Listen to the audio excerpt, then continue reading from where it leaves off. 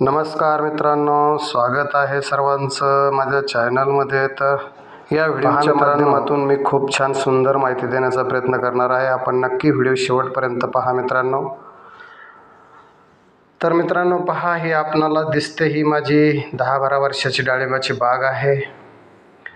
आणि या डाळिंबाच्या बागेपासून आजपर्यंत खूप छान सुंदर फायदा झालेला आहे आणि खूप प्रगती झालेली आहे.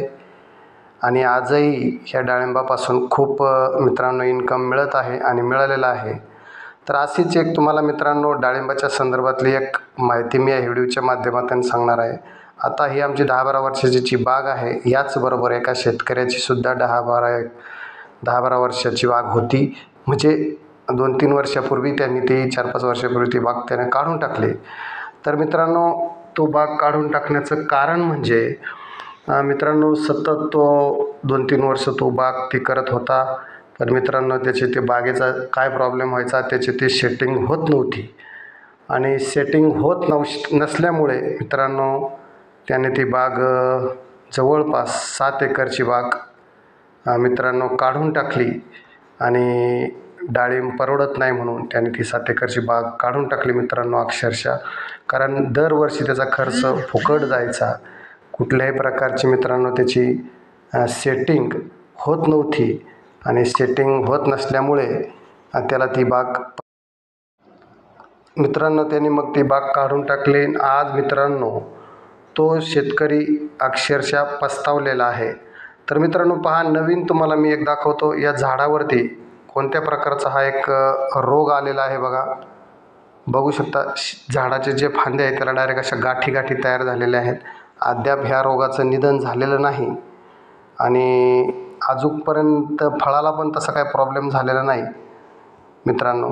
तर बघू शकता अशा पद्धतीचं ह्या झाडावरती ह्या गाठी तयार झाल्यात. कशामुळे झाल्या असतील माहीत नाही, अजून तरी काय कळलेलं नाही. आणि तसा काय झाडावरती अजून काय परिणाम झालेला नाही. फळं वगैरे कमी लागतात असं पण काही झालेलं नाही. पण हे नवीनच असं व्हायला लागलेलं आहे झाडावरती. तर लवकरच याचं निधन करावं लागेल. कदाचित याच्यापासून झाडाला काहीतरी इफेक्ट होऊ शकतो. बघा, आपल्या कोणाच्या बागेवरती जर असेल तर आपण तात्काळ काहीतरी काळजी घेतली पाहिजे, त्याच्यावरती काहीतरी उपाययोजना केल्या पाहिजे. तर बघा मित्रांनो खूप अशा गाठी तयार झालेल्या आहेत या झाडावरती बघा. आणि आतमध्ये तसं मी थोडं हे करून पाहिलं तर तसं काही त्याच्यात प्रॉब्लेम वाटत नाही.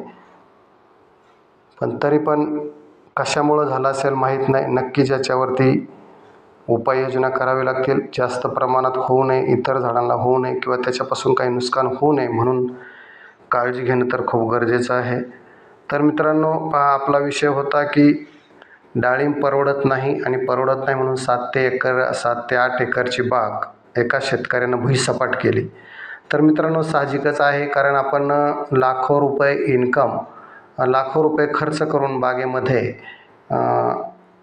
ती बाग आपण तयार करतो. आणि जर ती बाग जर आपल्याला साथ जर देत नसेल तर मित्रांनो अशा वेळेस शेतकरी नाराज होतो. आणि नाराज झाल्याच्या नंतर मग असे टोकाचे निर्णय त्याला घ्यावे लागतात.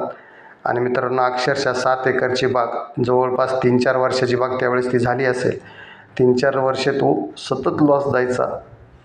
त्याची सेटिंगच होत नसे. सेटिंग जर झाली तर 5-10 फळंच सेटिंग व्हायची.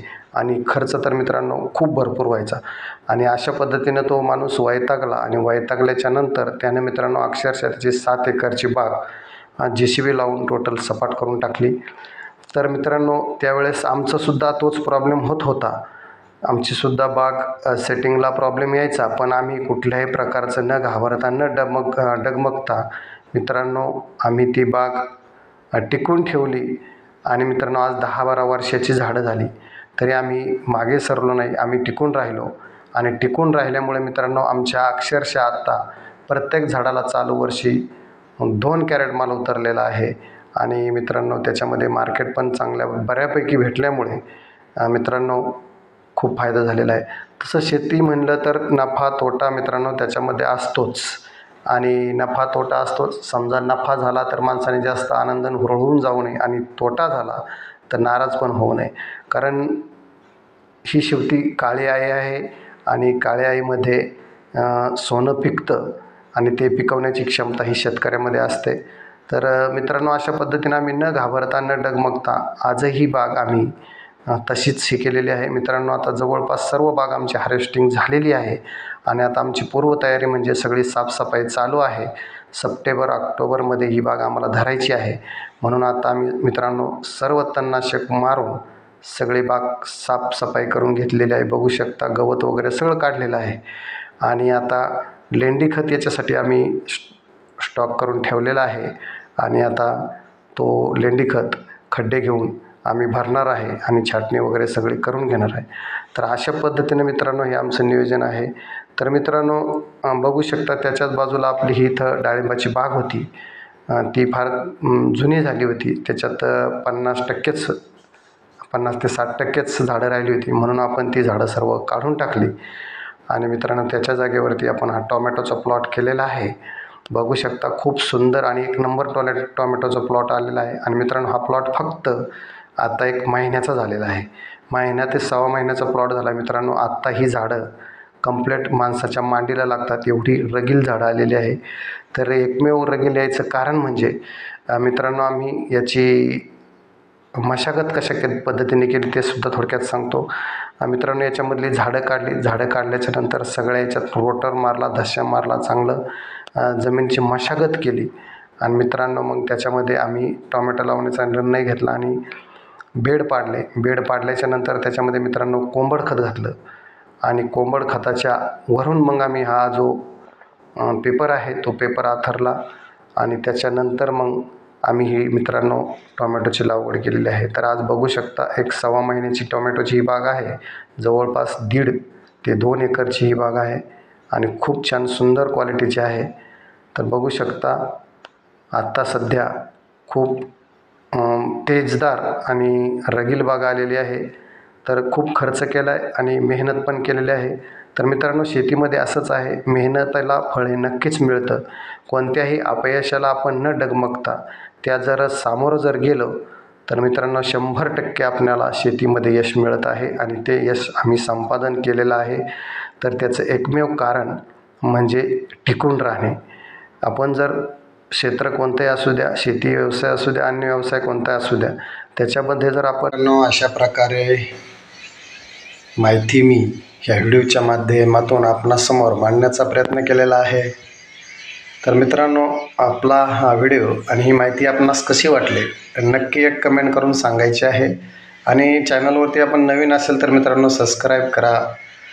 तर असो मित्रांनो, माझा हा व्हिडिओ आपण आवर्जून पाहता, कमेंट करतात खूप छान छान, त्याबद्दल खरंच सर्वांचा मनापासून मी आभारी आहे. तर मित्रांनो आता मी ते व्हिडिओ हा समाप्त करतो. तर मित्रांनो, जय हिंद, जय महाराष्ट्र, रामकृष्ण हरी माऊली. असंच आपणा सर्वांचा आशीर्वाद पाठीशी असावा एवढीच अपेक्षा करतो आणि व्हिडिओ इथेच समाप्त करतो.